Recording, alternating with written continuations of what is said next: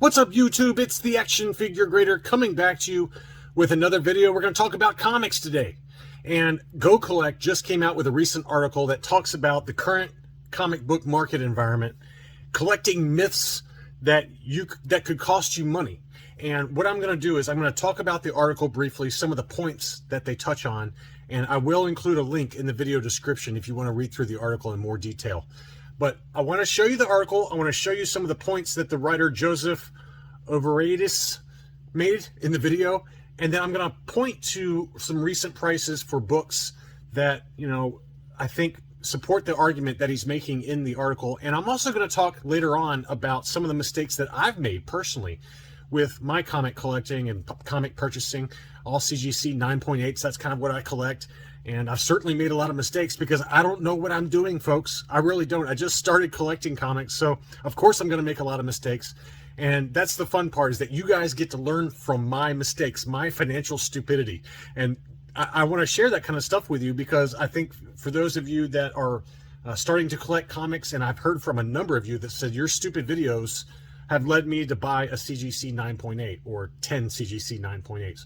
So I'm going to try and help you avoid more mistakes in the future because the current market is a little bit precarious. Prices have come way down, and you don't want to be buying the book that for $400 that a month from now might be $300. And there's a lot of volatility in the comic book market, whether it's a good market or a bad market. Comics just in general are much more volatile in price. And I think everything I'm going to show you supports that argument and supports the idea that you got to be really careful about which ones you buy and when you buy it. Timing is key. So before I dig in any further, let's go ahead and go through this article. This is a really good article, and I encourage everyone to read this. And again, I'll put a link in the video description for this. But anyway, it says the internet is full of comic book investing and collecting advice. Many sites have a hot pick or heard a rumor and so forth. And a lot of the comic book market is like that. There's so much new live content on Disney Plus and elsewhere that the fear of missing out, FOMO, is a real thing, especially in comics. And you can panic buy sometimes into getting something that if you just wait a few months, prices will be lower. And we'll show you some examples later on. But if you've got disposable income, discretionary income, right now more than ever, it's more important to be careful about what you buy because everything is rising in price. Inflation, we know that the recession's possible here soon. And so, as he says, you got to be smart. So here are some of the big myths that a lot of comic book collectors subscribe to. And, again, this is coming at it from an investment perspective. And a lot of you comic collectors who are watching this video, you make crap all over this. You're like, no thanks. I collect comics because I like comics. Well, that's cool. You can collect whatever you want, and you can view it as an investment or not. I certainly view it as a very small sliver of my investment portfolio, just because it's graded. I collect graded comics. I don't really collect raw comics that much unless I'm getting them graded myself. But I think whether you collect for fun or collect for the investment part of it, I think there's something in here for everybody here. And either way, you want to make sure that you're buying at fair prices. And as I said, the market is so volatile, especially right now. It always is volatile, but right now is a very dangerous time because comic prices, on average, some of these books have gone down 50, 60, 70%. And if you're a buyer like me right now, it's awesome because the prices are much more affordable. But if you're buying it to invest in, it's a little bit more iffy. The first myth is buying what you like. And I'm going to show you an example here in a little while of buying what I like. And it's okay to buy what you like, but he says some statements should make collectors and investors cringe. Buy what you like is a phrase that should make you not only cringe, but gag as well. The better idea is buy what you can afford and is a good deal. And there's some truth to that because, I might like a Clone Wars #1 in a 9.8. And we're going to show you an example later on of where prices are for that. But that's the first comic book appearance of Ahsoka Tano and Captain Rex. Well, now's probably not a really good time to be buying that book with the new Ahsoka show and the big media train kind of starting to get in full swing for that show, all the news about the filming and everything, all the social media stuff. So I don't really want to buy that book right now. Okay, I want it for my collection because I think it would look awesome right next to my first appearance of Grand Admiral Thrawn. And I did bid on one last month, and I had an upper limit in mind for the price, and you know, it just went way too high, and I couldn't justify in the current market environment that price, given that a month prior to that is sold for $600 less on the same website in the same grade. So that just shows you got to be careful about who you're bidding against and what the market environment is. But buy what you like is okay, and sometimes I do buy what I like, no matter what the price is, and or no matter where I think the price is going. That's okay as long as it's within budget. A good deal is another question, and that's a little tougher to gauge sometimes. The comic book market will return. That's another myth that he's saying, hey, there's no guarantee. All right, we hit some really big peaks during lockdown and the coronavirus market, and prices were going through the roof. Some books were going up 10, 15, 20% a month. Well, prices have come back down to reality, and they needed to. And I'm okay with that because, as I said, I'm collecting and I'm buying comics right now still in the current environment. But, you know, remember Beanie Babies? They were manufactured as a collectible, and they were once in great demand, and people were said, I'm going to retire on those. Or baseball cards is another example that he mentions.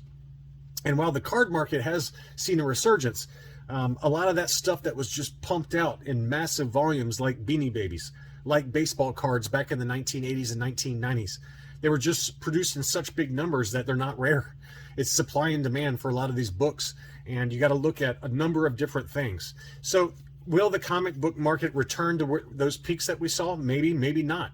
But I can't predict what the market's going to do. I'm not the Nostradamus of printed paper wrapped inside plastic cases, but I will say this, that there is a really good likelihood that we've seen those highs, and we may not see them for a long time if this recession sticks around for a little while. If that recession gloms onto the U.S. market, especially where the vast majority of a lot of these expensive comics are bought and sold, you know, we may not see those prices again for a while. So be prepared for that, especially if you're buying an expensive book. The comic book market is greatly affected by the global economy. And a lot of the value that we saw created over the last year or so, it's going to get erased. It's a lot of paper gains that people are going to get burned on. And if you're not in it for the long haul and you're just in it to flip comic books, you know, now's not a very good environment for that. It's just really tough to do that, given that in general the market is down and going further south depending on how the economy goes. Now, all that being said, the market has survived through all the issues in the comic book industry in the past. There was overproduction, just like with baseball cards in the 1990s and into the 2000s. And there's ebbs and flows with any collecting market. We've certainly seen it in the action figure market. Right now, we're at a peak, you know, for action figures. Whether it comes down or not, we'll see. Inflation advice. This is a really good section to the article, and one to be really careful about. Be wary of books that are highly volatile or very speculative. And in a little while here, I'm going to show you some examples of those kind of speculative books. He brings up the example of Something is Killing the Children, #1. This book had a $950 value in a CGC 9.8 a year ago. Now that same book is selling for $737 on average. He also brings up Dr. Aphra.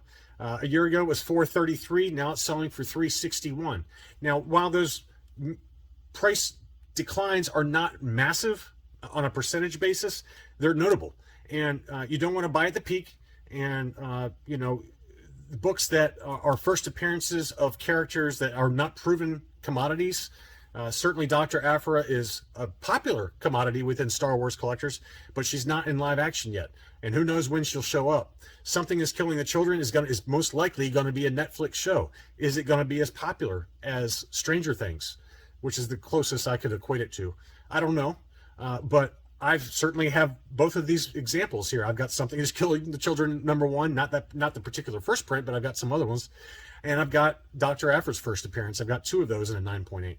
So we'll talk more about, you know, how that could affect what you decide to buy over the next 6 months or a year during the recession. But people's buying habits will change. Risk exposure will be reevaluated. The greater the possible reward, the greater the risk. No kidding.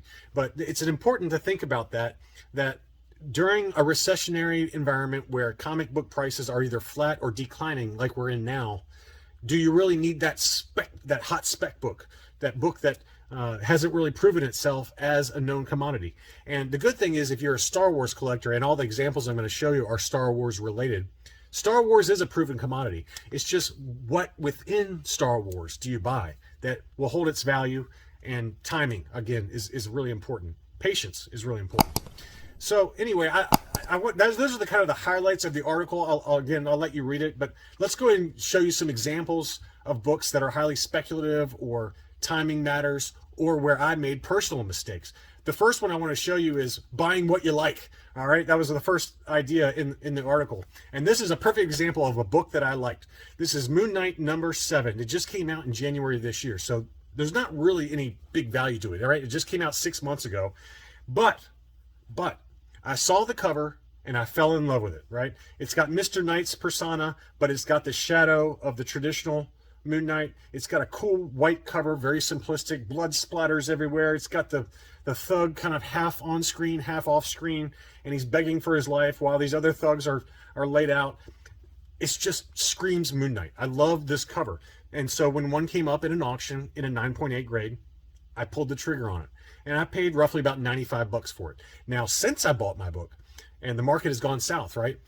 Since I bought that book, you can pick it up for about 75 bucks. So clearly I paid 20 bucks or 30 bucks more than where it's going for now. And it's because I wanted that book. I bought what I liked. But I think with new books, especially books that just came out and are just coming back from CGC, keep in mind there's going to be dozens and dozens, if not hundreds of them. All right, especially if it's a book that takes off. And whether you buy it immediately when it first gets in CGC slabs versus maybe waiting a month or two and seeing how the market holds up for it, maybe wait.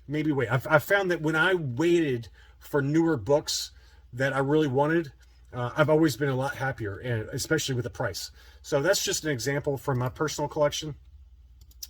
Here's another good example. High Republic Adventures #2 in a 9.8. This one just sold on June 19th, which was yesterday, for 71 bucks in an auction, plus $14.99 shipping. So this is the first full appearance of Marcion Rowe, as we've covered in other videos. But the reason I bring this book up is that 6 months ago, this book was like $200 or close to it, right?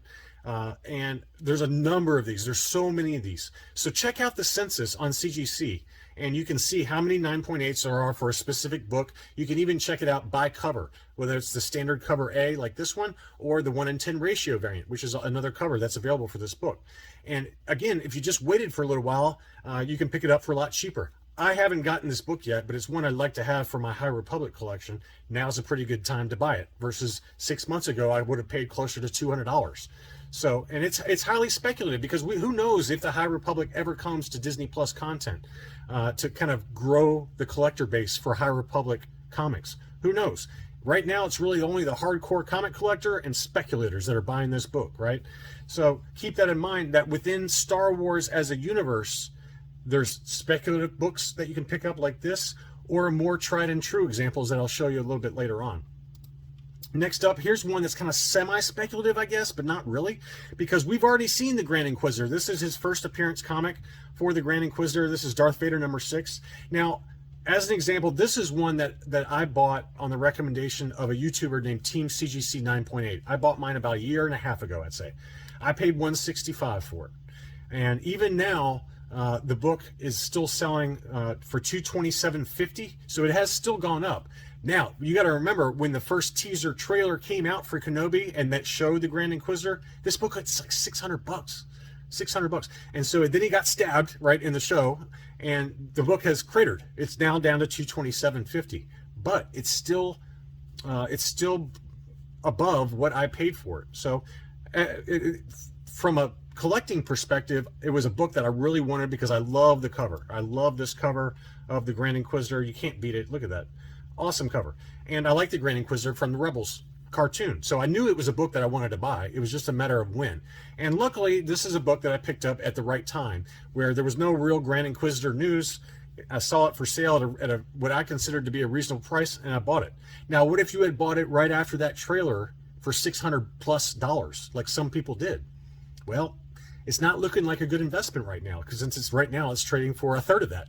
So now's a good time, in my opinion, to pick this book up, because the Grand Inquisitor has come back. They've shown in the last episode that he didn't die from that stab wound, right? We all know how he really died, and that was in the Rebels at the end of season 1, I believe. So now's a pretty good time. It gets a lot cheaper, and this is pretty close to what I picked it up for 18 months ago. So I would consider picking that one up right now if the Grand Inquisitor's first appearance comic book is of interest to you. And again, it's all about timing. Here's another example. This one sold for $232.50. So that gives you a nice range there if this is a book that you want, and it's a much better deal than right after the trailer. As a rule, anytime you see that first trailer for a new show, the books related to that show are going to be at their absolute peak. I've seen a number of different YouTube statistic kind of models, and it shows the prices related to a book. And if it's for a book that you want that's related to a trailer that just dropped, the first trailer, wait, because 6 months later it's going to be a lot less expensive. It's just been proven time and time again. So for example, Ahsoka's first comic book appearance, Clone Wars 1, I'm kind of staying away from it because who knows when that first trailer drops. And I have a feeling once that first season's come and gone, that book will be a lot less expensive. But it's a proven commodity like Ahsoka is, and people love her. So maybe that book never comes back down. It's a risk it's a risk reward that you got to evaluate and decide when the right timing is for you. Another good example of where timing makes all the sense is Darth Vader #1. This is the first appearance of Black Krrsantan right after he first showed up in the Book of Boba Fett. This was $450, $400 to $450. This is the second print, which I would actually say is much more difficult to find than the first print. It's got a lower print run and a lower CGC 9.8 ratio. A lot less of these on the census. So I consider this one to be better than the first print, really. But this one sold for $159. That's a lot better deal than $400. And you know, to me, this is another example where, do you really need to have this in your collection? I would say if you're a big Krrsantan fan, then yeah, go ahead and get it. But if you're a casual fan and you're looking to invest, this is probably not the book for you. Because Krrsantan, what is he? He's a bounty hunter, he's a Wookiee, and as I've said, he growls and rips arms off, and he whines when he gets shot. So that's really all he is. And I don't expect him to have some big role. He's certainly not going to have his own series or anything like that. So I would say that unless you're a big fan of Krrsantan, there's not really any good long-term investment potential for this book. This book might go for under $100 a year from now, for all I know. But that's just another thing to keep in mind. Another speculative book is High Republic Adventure 6. This book has got 5 or 6 first appearances for some really good characters. But again, the High Republic, is it going to actually happen? Is Disney actually going to follow through and do a live-action series or a movie? Well, the rumors are out there, but this is another one that's very speculative. And 6 months ago, this book was going for $135 to $150. Now you can pick it up for almost half that at $78. This one just sold yesterday for $78 and change. Much better deal. Much better deal. Now, for me, I love this cover, right? And I really like the High Republic universe because I've read all the novels, and GX Leosi is one of the characters that's first appearances in this. Talboda, a few other cool characters. So this is one I'd like to have for my High Republic run. I haven't bought it yet, but now's a really good time if I'm interested in getting it, because the prices come down about 50%. Another book that I think talks about new comic book fever is this one, Darth Vader #20. This is the Sprouse variant with the first comic book cover appearance of The Mandalorian and Grogu. And when this first came out, this was like $130. Now you can get it for $103, right, or less. This one sold for $103. Another one sold at auction yesterday for $61. So you can get it for about half of what I paid. I pre-ordered mine in a CGC 9.8, and I paid $130 for it. Well, if I had just been patient and waited for the flood of new CGC slabs for this book to hit eBay in an auction, I could have got it for half that price. So this is another example of where I let FOMO get the best of me. Now, do I believe in this book? Yeah, because it's the first comic book cover appearance of The Mandalorian. The Mandalorian and Grogu have crossed over into mainstream appeal. This is going to go down in history as his first comic book cover appearance. If you're a Star Wars comic book collector, this is one that you want to have in your collection, no matter what the price. But to me, paying $61 versus when I paid $130, this is a much better deal. So again, it comes down to waiting maybe. And for a book that's a new release like this, there's going to be hundreds and hundreds of 9.8s for this book.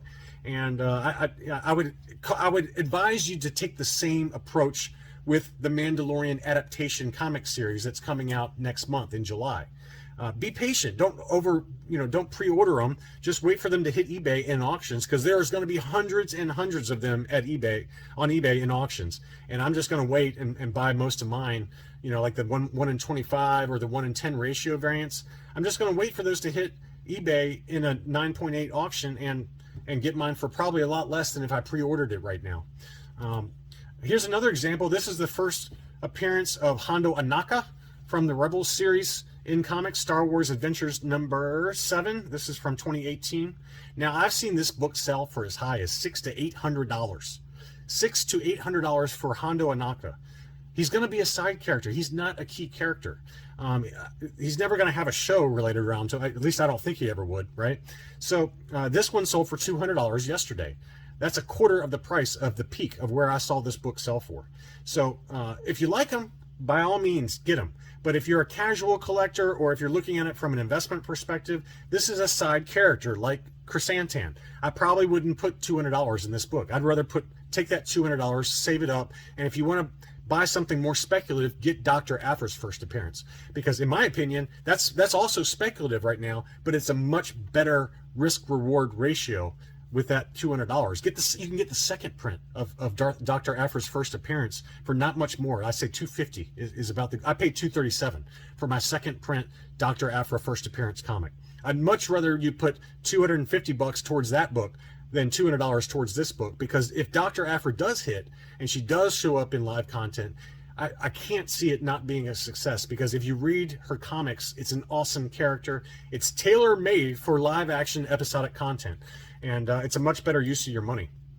Here's another example of where I made a mistake. This is Star Wars 71, the first full appearance of Bossk, and it's a great comic, don't get me wrong. I love this comic. I have it in my collection, but timing. I bought it leading into the Book of Boba Fett. I was like, oh, he's going to show up in the Book of Boba Fett, and I'm going to regret not having it, so I'm going to buy it now. Well, I paid $300 for mine. Well, guess what? One just sold 2 days ago for half that price. So this is another example where I let FOMO get the best of me, and I bought a comic book, a side character, no less. Bossk is never going to be a main character, right? Why would I pay $300 for that when I can get it now for $150? This is the exact same book, exact same grade, and I paid double of what this one sold for 2 days ago. So if I just waited till after the Book of Boba Fett was over, he never showed up, the book dropped like a rock, just like everything else. So that was a good example of lesson learned, and it cost me money. But hopefully you guys watching this video right now don't make that mistake. Here's another example, same story. I bought this one leading into the Book of Boba Fett. This one got up to like $700-800. I was like, I'm not paying that. I'll pay $500. Well, I paid $500 for it. Now it's selling for $330. The Book of Boba Fett was mediocre at best, and this is the return of Boba Fett. Now, I will say this. Now's a really good time to pick this book up, because this is a vintage key from the original run. It's a fantastic cover, and it's always going to be in demand to a certain extent, because it's the return of Boba Fett. It's from the original run from 1984. Beautiful book. It's worth having in your collection if you're a serious CGC 9.8 comic collector. For Star Wars especially. This one sold for $330. That was a great deal. That's the lowest price I've seen in a very long time for this book. And maybe it has some defects. I don't know. It looked really clean to me, but to me, paying $330 versus what I paid $500, it's a much better deal to get stuff after the show has come and gone and people have moved on to something else. Another book that I think is speculative, but this is a book that if I'm going to be spending big money, I'd rather spend it on something like this rather than Hondo Anaka at $800, right? This one just sold for $1,200. This is Knights of the Old Republic number 9, Coder number 9, the first full appearance of Revan. And I love this cover. It's timeless. It's always in demand. It's always going to have some collecting demand, no matter what the comic book market does. Now, $1,200 is a lot of money, right? I didn't pay that. I paid about 50% less than that for my copy. And so I think you can wait for a better deal, but Darth Revan is popular. He's got a built-in fan base. If and when he makes his live action debut on Disney Plus content or in a movie, this book will be $2,000. But it's all about timing. Wait for the rumors to die down.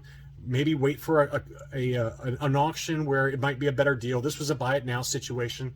and try to avoid the buy it now situations. I do it all the time, where I wait for the comic to show up at an auction and then I pull the trigger hoping to get a better deal. Sometimes it happens, sometimes it doesn't. Here's another good example of a mistake I made. I love this book. This is Star Wars Droids #1. This is the embossed cover from Dark Horse Comics. Great cover, and I just wanted to have it because I liked the cover. It's kind of a timeless cover, nice black cover. Now, I'll say this. I bought mine during the height of the market and where everything was kind of going up, up, up. Well, I paid about double than what this one sold for. Now this one sold for $66 on June 16th. Now's a lot better time. Now I can't predict the market, so maybe it was just bad timing with the overall comic book market. But $66 looks a lot better than the $120 that's rattling around in my brain. So for non-key issues, especially if it's a non-key issue like this one, I consider this one to be a non-key issue. No first appearances really. It's just kind of a nice timeless cover. Don't overpay for those because they're probably not going to accelerate in price or appreciate in price much in the long term. But again, going back to buy what you like, but buy it if it's a good deal. And clearly it was not a good deal when I bought it. Now it's a pretty good deal. Finally, I wanted to touch again on Clone Wars #1. This is the first appearance again of Ahsoka Tano and Captain Rex. Now is a really bad time to be buying this book. A month and a half ago, one sold on Comic Link for $2,300. Another one sold a month later on Comic Link for $2,900. This one sold for $2,800. So the price has gone up and has basically bucked the trend of the overall comic book market. The reason being is that Ahsoka has her show coming out soon, and all the kind of rumors and all the fanfare and the media hype machine is in full swing, or it will be very shortly. And I just think now is a bad time to get this book. So I'm going to wait. I'm going to wait on this book, and hopefully a year from now, when the market maybe is a little softer for Ahsoka-related comics, I can get a better deal on it, closer to $2,000. And that's a lot of money to spend in a recessionary environment. I just don't want to spend that kind of money. So anyway, I hope that my mistakes in the past, the article from GoCollect, and some of these other examples that kind of teaches you about what I learned the hard way by spending money and too much money on books where I could have waited a little while. Hopefully that helps you out on your purchase decisions in this kind of dicey environment for comic books. Thanks so much for watching, and I'll be back soon.